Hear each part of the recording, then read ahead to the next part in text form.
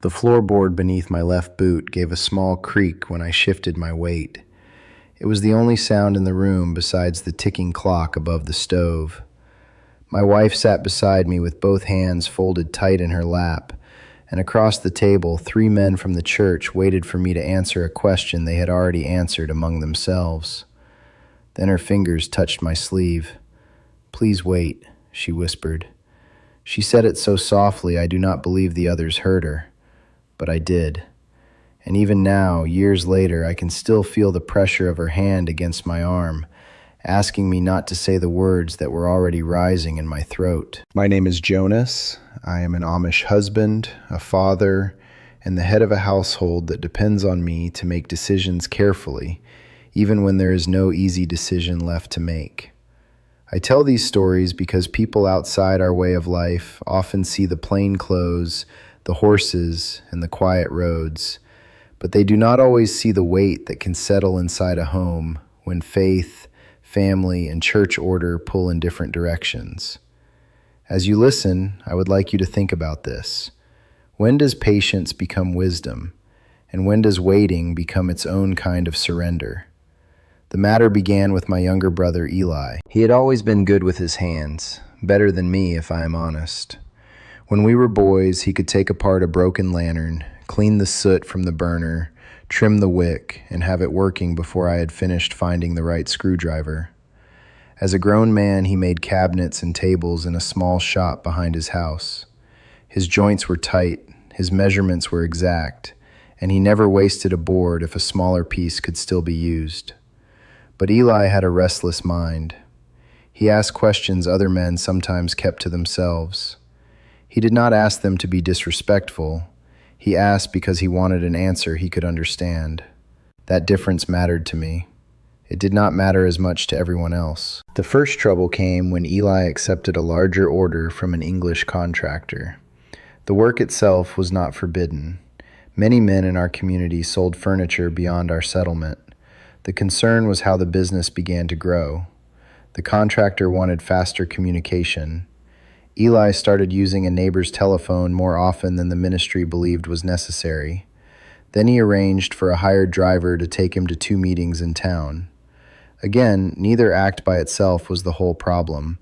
It was the pattern. At least that was how the deacon explained it. I stood in Eli's shop one cold evening while sleet tapped against the tin roof. The room smelled of fresh oak and linseed oil. A row of cabinet doors leaned against the wall, each one sanded smooth enough that you could run your palm across it without catching a splinter. "They think I want to become English," Eli said. He was scraping dried glue from a workbench while he spoke. He did not look at me. "Do you?" I asked. He stopped scraping. "No, I want to feed my children without borrowing money every winter." That was the line I carried home with me. Eli had 4 children then. The youngest was still small enough to fall asleep on his shoulder during Sunday singing. His wife, Miriam, was expecting another baby before spring. Their roof needed repair, and the old mare they used for travel had gone lame twice that year. I knew the numbers because Eli had shown me. After the cost of lumber, transport, and the wages he paid one young man who helped in the shop, he was not becoming wealthy. He was trying not to fall behind. Still, our church was not only concerned with money. Church order is meant to protect the community from small changes that become larger ones. I understood that. I still do. A fence does not fail all at once. One post leans, one wire loosens. Then cattle find the weak place. The difficulty was deciding whether Eli had found a weak place in the fence, or whether the fence had been placed across the only road he had left. For several weeks, the ministers visited him. Eli agreed to limit his telephone use. He agreed not to attend business meetings unless necessary.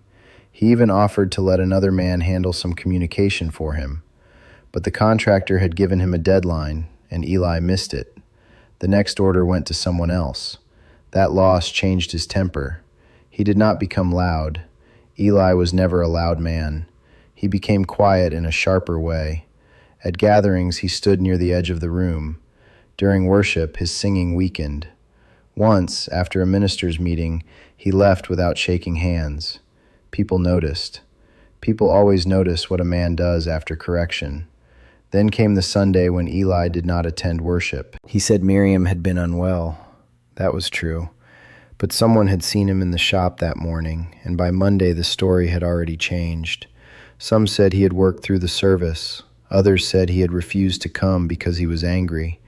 By Tuesday, a version reached me that had Eli cursing the bishop and planning to leave the community.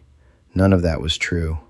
But once a story begins moving from kitchen to barn to workshop, truth has to walk while suspicion rides in a buggy. The bishop asked me to come to his house on Thursday evening. My wife Anna came with me because the matter touched our whole family.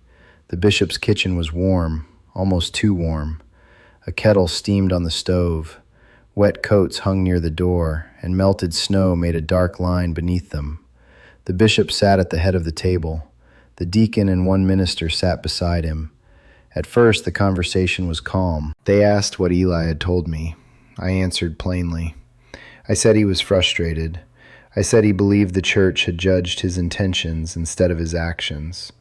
I also said he had behaved poorly after the meetings and needed to make that right. Then the bishop told me they intended to place Eli under the ban if he did not confess publicly the following Sunday. I asked what confession they expected. The deacon unfolded a piece of paper. He had written down several points: disobedience, pride, misuse of outside communication, rejection of counsel, creating division. Those words troubled me more than the others. A man may confess pride because every man carries some. He may confess disobedience if he crossed a clear line. But creating division can mean almost anything once people have taken sides. I asked whether Eli had seen the list. He had not. I asked whether he had been told the decision was already made. The bishop looked at me for a long moment and said, "The church has been patient." That was when I understood why I had been invited. They did not want my opinion. They wanted my help bringing Eli into agreement. As his older brother, I had influence with him. As a husband and father with standing in the district, my support would make the decision appear settled. They wanted me to go to Eli, show him the list, and tell him that public confession was the only path left. I felt anger then, not the hot anger that makes a man shout. Mine was colder. It settled behind my ribs. I told them the list included things Eli had not been allowed to answer. I said a confession should not be written for a man before he has admitted the wrong in his own heart. The deacon's face tightened. The minister beside him looked down at the table. The bishop asked me a direct question. "Will you stand with the church?" That was the moment the floorboard creaked beneath my boot. Anna touched my sleeve. "Please wait," she whispered. I knew what she feared. If I answered in anger, I might turn one family conflict into two. I had children at home. I had business ties inside the community. I had responsibilities beyond defending my brother. A husband cannot pretend his courage costs only himself. So I waited. I looked at the steam lifting from the kettle. I listened to the clock. 7 ticks passed. I counted them. Then I said, "I will stand with the truth, and I hope the church does also." No one spoke for several seconds. It was not the answer they wanted, but it was not a refusal either. I asked for one more meeting with Eli present before any public confession or ban. I said I would bring him myself. I said he needed to hear every charge directly and answer each one without gossip, guesses, or secondhand reports between him and the ministry. The bishop resisted. He said the meetings had already been sufficient. I reminded him that correction is meant to restore a man, not only to prove authority over him. Anna remained silent, but her hand stayed near mine on the table. At last, the bishop agreed to meet Saturday morning. I drove to Eli's house before sunrise the next day. The air was so cold the leather reins felt stiff. Frost covered the fence rails, and the horse's breath rose in white clouds beneath the lantern light. Eli was already awake.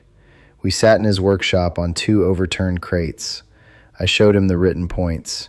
He read them twice. His jaw moved as if he were grinding his teeth, but he did not speak until he reached the final line. "Creating division," he said. I nodded. He folded the paper once, then again. I did not create what was already there. That was the one secondary line in the whole matter that I could not dismiss, because I knew what he meant. The division had not begun with his telephone use or missed worship. It had begun much earlier, in the quiet difference between men who believed obedience meant never questioning a decision, and men who believed a decision should be strong enough to survive a question. Still, I told Eli he had wrongs to confess. He had let resentment harden him. He had refused a handshake. He had allowed people to see contempt in his silence. He had made choices from wounded pride after the business was lost.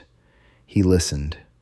Then I told him the ministry also needed to hear where they had judged beyond what they knew. Saturday's meeting lasted almost 3 hours. There was no dramatic apology. No one wept. No one suddenly agreed about everything. Real reconciliation is often less beautiful than people imagine. Eli admitted his anger and disrespect. He agreed to speak before the church, but not from the deacon's written list. He would use his own words. The bishop agreed not to say Eli had intended to leave the faith because no evidence supported it. The accusation of creating division was removed. The ban did not happen. But things did not return to how they had been. Some people believed Eli had escaped proper discipline because I interfered. Others believed the ministry had pushed too far. For months, conversations stopped when I entered certain rooms. One customer moved his repair work to another shop. Anna noticed women who had once visited often now came less. That was part of the cost. Another part was at home. One evening, several weeks later, Anna and I were washing supper dishes. The children had gone to bed. Lamplight shone across the water in the basin. I asked why she had told me to wait that night. She dried a plate slowly before answering. She said she knew I was right to speak, but she also knew I was one sentence away from speaking in a way that would make it impossible for anyone to hear me. She was right. That whisper did not make me weaker. It kept me from wasting the truth by delivering it with contempt. I understand something now that I did not fully understand then.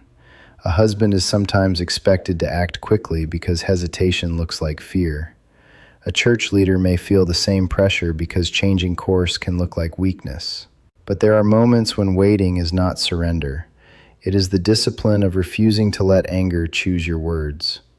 The church had already decided, that much was true. Yet a decision made by men is not beyond examination merely because it has been spoken in a serious room. Authority deserves respect, but respect is not the same as silence. And loyalty to the church does not require a man to pretend every judgment is complete before every voice has been heard. I am grateful I spoke. I am equally grateful I waited first. Had Anna not touched my sleeve, I might have defended my brother and damaged my household in the same breath. I might have turned a necessary question into a personal battle. Instead, 7 ticks of a kitchen clock gave me enough time to remember who I was responsible for, how much my words would cost, and what I truly wanted. I did not want to defeat the bishop. I wanted Eli to be heard. There is a difference. Perhaps you have stood in a room where everyone seemed to have reached a conclusion before you arrived.